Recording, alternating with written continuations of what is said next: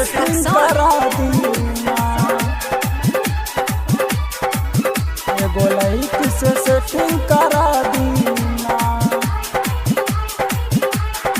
ए बाबा सुनी न बतिया हमारे, एगो लड़की से सेटिंग करा दीना। ए बाबा सुनी न बतिया हमारे, एगो लड़की से सेटिंग करा दीना।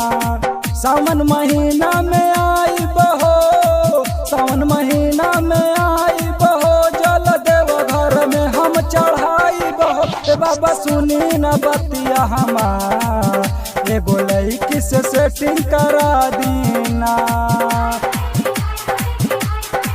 ए बाबा सुनी न बतिया हमार, एगो लड़की से सेटिंग करा दीना।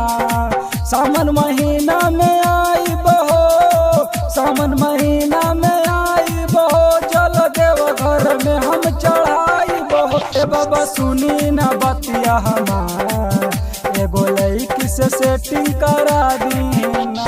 डीजे मनीष एगो रक्सौल। लड़की से सेटिंग करा दीना।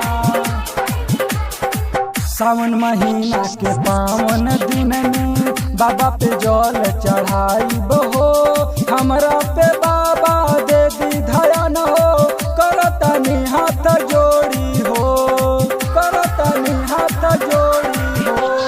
पर्वत पहाड़ पर बैठल बाड़ा, सुनिल बतिया हमार हो, हमरा पे कृपा को दिए बाबा, तनी सा दे दी ध्यान हो। हमर जिंदगी संवार हो, हमर जिंदगी संवार हो, अपने बेटा के लाज बचावा हो। ए बाबा सुनी न बतिया हमार, एगो लड़की से सेटिंग करा दीना। ए बाबा सुनी न बतिया हमार, एगो लड़की से सेटिंग करा दीना, एगो लड़की से सेटिंग करा दीना। डीजे मनीष रक्सौल। एगो लड़की से सेटिंग करा दीना। देव घर में आई बे बाबा, जलवा चढ़ाई बहो, सुइया पहाड़ पे चढ़ के बाबा, शरण में तोहरा हम आई बहो, आई बहो।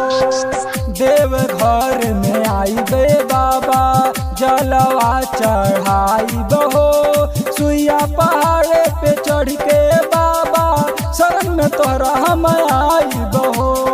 संजीव जितेंद्र करे गोहार, संजीव जितेंद्र करे गोहार, वही मेलवा में सेटिंग करा दीना। ए बाबा सुनी न बतिया हमार, एगो लड़की से सेटिंग करा दीना, करा दीना। ए बाबा सुनी न बतिया हमार,